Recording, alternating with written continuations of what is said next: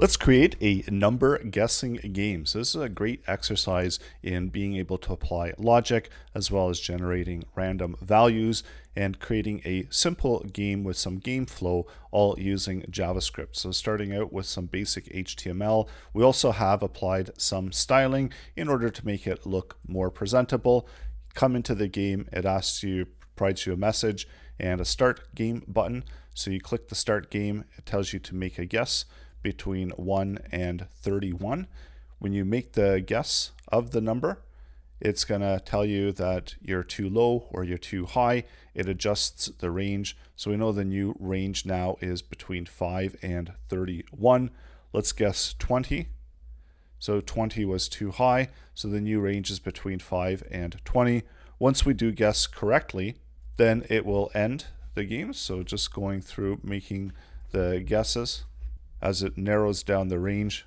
So we guessed correct. It took 7 guesses, provides some feedback to the user, and allows us to play again. So it gives us another random range for numbers to be guessed within the gameplay. It's an HTML file that's linked to a JS file. I've got 3 elements on the page, an input, a button, and an output area where we can output information back to the user. Those are selected using JavaScript as JavaScript objects set to the variables. And we've got an added event listener to the button. So whenever the button gets clicked, it's going to run the function that's called starter. So what we want to do here is where we want to start the game. So right now within the console, I'll just output start. So that's all working, and we're able to see start being output into the console. So right now for the input, let's set the game board up. We're going to hide the my input, and we're also going to update its attribute.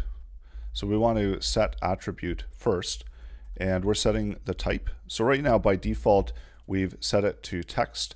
I want to update this to be a type number, and we can do this with JavaScript, or we could update the HTML code. So we've got the numbers that are listed there, and for the input itself, set the style display, and we'll set it to be none, as we don't need it when the user's coming in. So we just need to have the click me button. Within the button, let's update the button text. So update the text content, and it'll say start game. So we've got a button that's ready to start the game, and then when it gets clicked, it runs the starter function. And this is where all of our gameplay can go. We're also going to be adding in a new message area, and that can go within the output element using the document and create element, create a brand new div.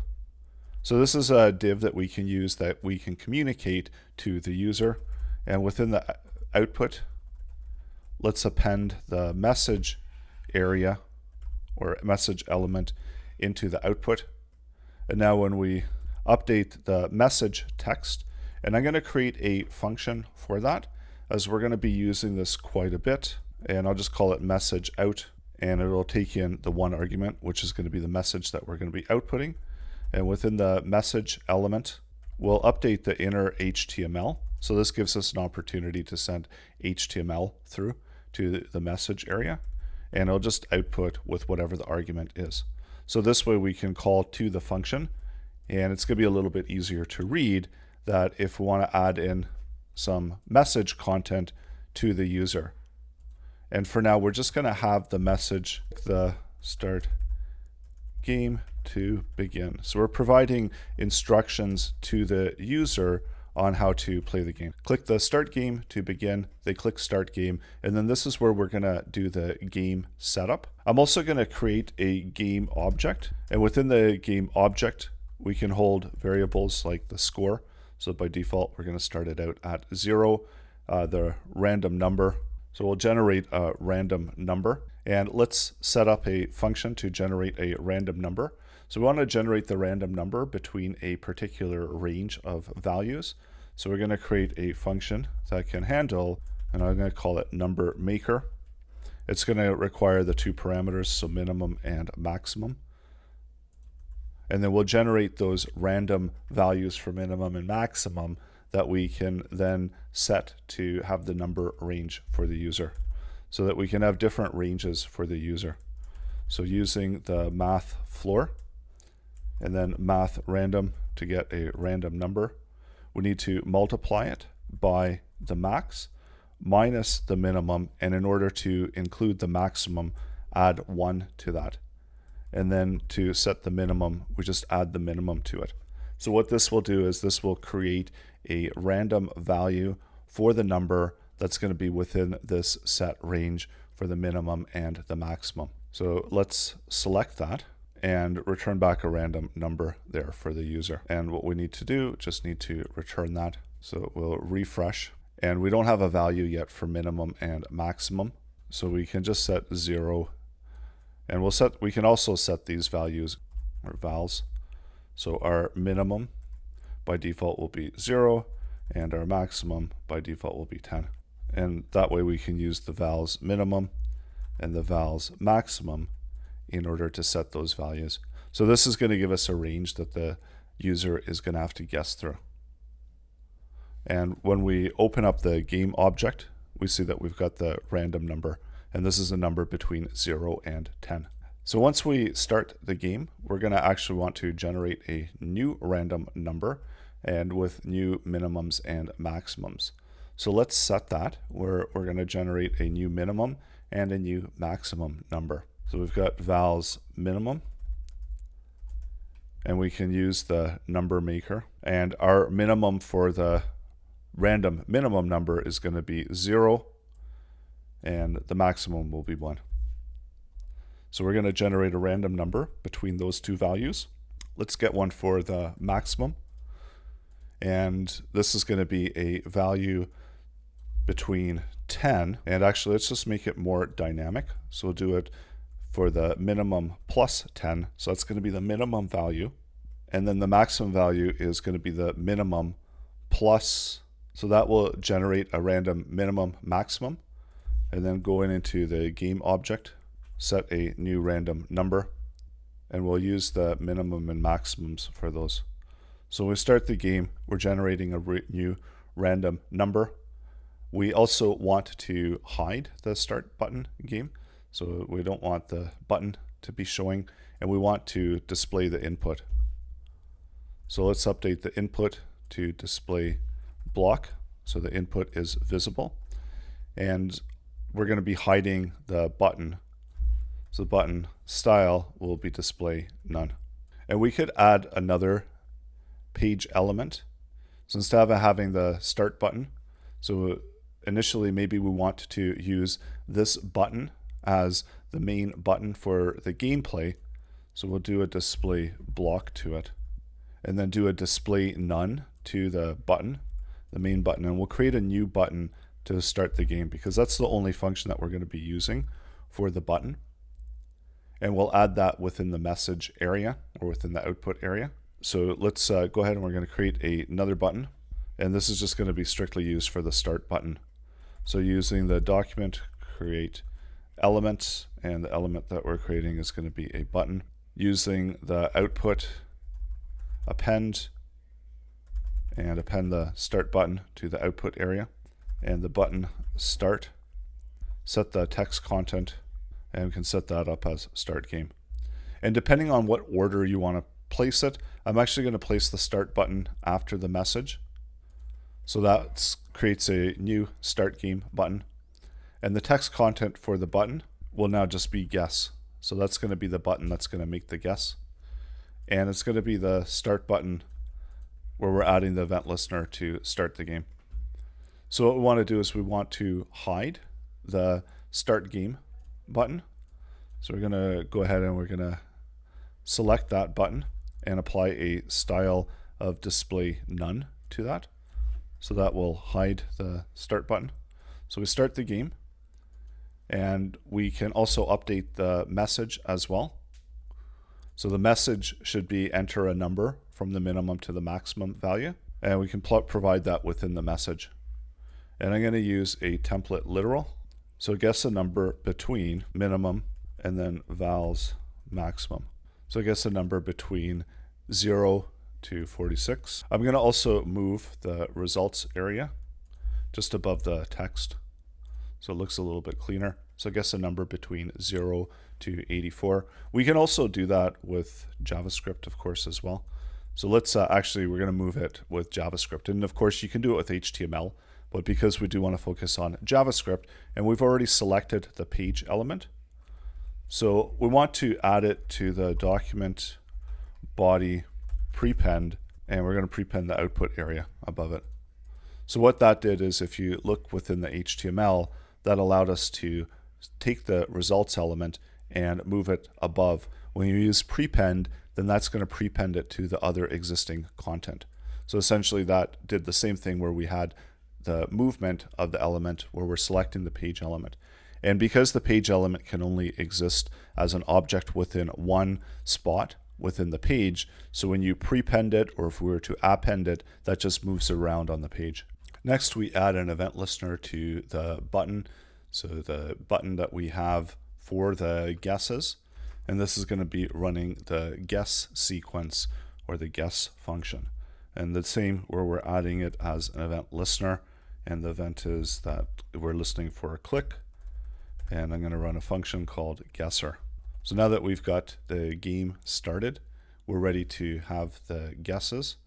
And also within the game, we'll track the number of guesses for each round. So every time the guess is pressed, we'll track that value. So within the function, and this will run every time the guess is initiated and get the value of the my input. And for now, we'll just track that into the console just to make sure that it's working. So this is whatever the current value is. Also within the start, let's apply the focus to the my input. So now that we show it and run the focus, so that will put the focus on the my input. So the user is guessing a number between 1 and 41. You can also update the my input and the attributes. So my input set attribute, and we've got the minimum attribute, which can take a value of val's minimum, and we can also set the maximum attribute. So that will help the user guess between the range of available values. So start game. So our minimum is going to be 0, and then the maximum is going to be 84. So if we go all the way up, it's 84. So it's in conjunction with those values. So this makes a little bit more of a neat, better experience for the user as they're playing the game. So we've got the input value. We want to add to the number of guesses. So the game guess is going to always increase. So just increase by 1. So that will allow us to track the score for the number of guesses and the range that we're within. And we need to apply some logic now that we want to check to see if the game random number is equal to the my input value. And also, just to make this a little bit easier, I'll just call it val for the value of the guess, because we're going to be needing this within the logic where we're checking to see if it's equal to val. And if it is, then we can output into the console for right now correct, else if. And the next condition is checking to see if it's the game random number is greater than val, and we'll output into the console. And also within the console, while we're developing, let's add the game random number so that we can see if the feedback is accurate that we're applying to the user. So if the game random number is greater than the value of val, then they've guessed too low. Last one is going to be just an else. So we don't have to have a condition on this one because we know that this is going to be resulting in too high. You can also update the minimum and maximum value. So let's create a function, and this will just get these values for the message out, and I'll just call it in setup. So we can invoke this function, and this way, if it's too low, then we can update the minimum number. So we can do the val's minimum is equal to the val, And if it's too high, then we can update the val's maximum. So just make sure that this is working. And then after we run, we can do the setup there. So guess a number between 0 and 29. So you do have to play through it a number of times just to make sure that all of the logic and functionality is working as expected. So we hit guess. So we guessed 10. Our number that we're guessing is actually going to be 29. So our feedback was that we guessed too low. So it actually updated the minimum number to 10. So that means that we know now that that was the low guess. So now we're guessing a number between 20 and 29. So it's automatically updating it as we're making the guesses. So again, this guess was too low. So now let's guess correctly. And we just get the value of correct. So that means that the user guessed properly, and we're able to provide the score, reset to have another random number for the player. So creating a function, and I'll just call it game over. Once they do guess it correctly, that means that this game is over. It should be maybe round over. So I'll just update that to say round over. And so this round has completed, and we can output a response back to the user. We can pass in the value as well. We could just get the random number. So now it just says you guessed correct, and we can increase the score. So this will be the number of games that they've played. So the game score will increase. We also know how many guesses it took, and the number of guesses are within the game guess. So we're also going to reset that to 0. And this is the number of guesses that it took. So it took that many guesses. And also just make this grammatically correct. So if it just took the one guess, we'll get the value of game guess. So if this is equal to 1, and you use a ternary operator, so it took one guess or guesses if it's more than one. And that way we can use this value to represent the number of guesses and provide the feedback back to the user. So let's see what happens. So we've got a random number from 0 to 74. We see the number is 61. So let's see if it, when we complete, so it's got the correct value, and it doesn't look like it ran. So try it one more time and do 35. So we got it correct, but it's not updating the value. So let's take a look at, see why that's not updating. Let's check the game. So the game score did increase. The guess is back to 0. And the reason that we're not seeing the updated value there is because it's continuously going back up. So this in setup is running. So we can either move this in, as it's going to complete the function, or we could do a return here, which would end the function call. So let's try that again, where we've got the number that we're guessing. So the actual number is going to be 5. We also have to clear out the my input value. So every time a guess is made, and once we've set it to val, then we can clear the value there. So try 40, and we see it's too high, and that should be coming back within the feedback. So we'll have to still update that to the user. We know the number is 18. So you guessed correct, 18. It took 2 guesses. We can hide the input area.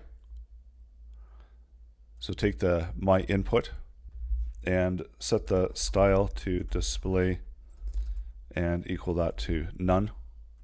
We also want to hide the buttons. So we want to hide the guess button because we don't need them to guess anymore. So set that to none. And then the start button we can set to block, and the start button text content, and it'll just ask the user the question to play again. And then that should trigger the starting of the game once again. So let's see how that goes, where we guess a number. So we've got a number of 39. Enter that in. You guessed correct, 39. It took 2 guesses. So play again. Guess a number between 1 and 65. So we guessed too high. So now the range is between 1 and 30. We know the number is 24. So we've got took 24. You guessed correct, 24. It took 2 guesses. Let's update this for the 1 guess. So what we want to do is we want to display the random number on the guess. And we can actually remove it out of where we're displaying it as we're making the guess. And so when we do the starter, let's update that value. So the number that we're guessing is 68. You guessed correct, 68. It took 1 guess. So we are able to update the grammar on that one as well. And in the background, we're tracking the score, so that constantly is changing, and the number of guesses is also changing and updating. So what we want to do is we want to set the number of game guess back to 0 when we start the game. So game guess, set that to 0. So let's add the additional feedback back to the user. And then also, as we're making the guesses, we want to update what we're outputting to the player. So we've got the message out, and we're allowing them to continuously make guesses and click the button, and then that runs and creates the new output there. So we've got guess a number between 1 and 61. And as we're doing the message out here, we might want to update this so that it's got additional information there within the setup. So this can just be an added message value. So it'll just be more message. And then I'll include that in the beginning there. And we can also set this as a new line. And now that gives us the ability to provide the feedback to the user before we're sending the value. So let's update this where we're going to say the number for the val. And because this is outputting as HTML, and update that to say it's too high. So let's see what happens. So right now it's undefined because we don't have a value there for the setup value there. So this will just provide the message to the user. So it was coming up as undefined because we had added in that other line for the feedback. So guess a number between 1 and 21. So let's guess 15. We know the number is 13. So 15 was too high. Guess a number between 1 and 15. So let's try 13. So you guessed correct. It took 2 guesses. Play again. So now we can continuously play through. Let's see what we've got for the round. So the random number is 56. We're at 0 guesses, and the score is 1. So it took 1 guess. Let's also update some of the styling to make it look a little bit better. So we're coming into the game. Going to wrap this main div. Let's give it a class of main. And then on page, we'll apply some styling directly to the HTML. So within the main, and we'll give it a slightly light border. And of course, you can do this as whatever your personal preference is. So I'm going to set it to be 80%. And set the margin to be auto, so that will center the element. And what we want to do is we want to add the elements in there. And because we've got the results area is outside of the main, I want to actually add that into the main. So we want to select, because over here we're prepending it to the body. So in order to fix that, we need to select the element using the query selector with a class of main. And that way we can place the output content within the main element. And we'll also do a text align to center align the text. We'll also, for the main body, so set the font style to normal. For the main button, so main and button, so add some background color of red, a little bit more padding to the button, so make it a little bit larger, and then the font color we can set to white. Also going to add in a margin at the top, so it's not going to be sitting directly where it says the start game. So now we go through, we start the game, make a guess a number between 1 and 54. I want to center the input area, so my input, and we only just have the one input, so we can select the input with styling. Can also apply a class to it if we want as well. So that centered the text there. I also want to update the font size to make it slightly larger for the guessing of the values. And maybe we also want to do a text align for the text inside. For the guess button, so the button within results, and I want to apply this to only the button that's directly within the main. So that's applying it to the guess button. I'll apply a class to the button using class list add, as this is going to be our main button. So that way we can distinguish between the two buttons. And that should just be for the button start. So there's our start button styled. Let's also style the guess button, and I can just call that the guess button. So the guess button will go all the way across. So we're guessing a number between 1 and 100 and go through the guesses. So we're narrowing down what the range is. So that took what we guessed it and the play again. Let's also center that button. So going back in here, just make sure that everything is working. Play through it a few times. So you guess correct, took 2 guesses. And once you're happy, you can remove out the console messages. So that's not displaying it within the console in case the player has it open. They're not able to see the actual values. And get rid of all of the console messages that we have. And of course you can apply styling as needed in order to customize the application.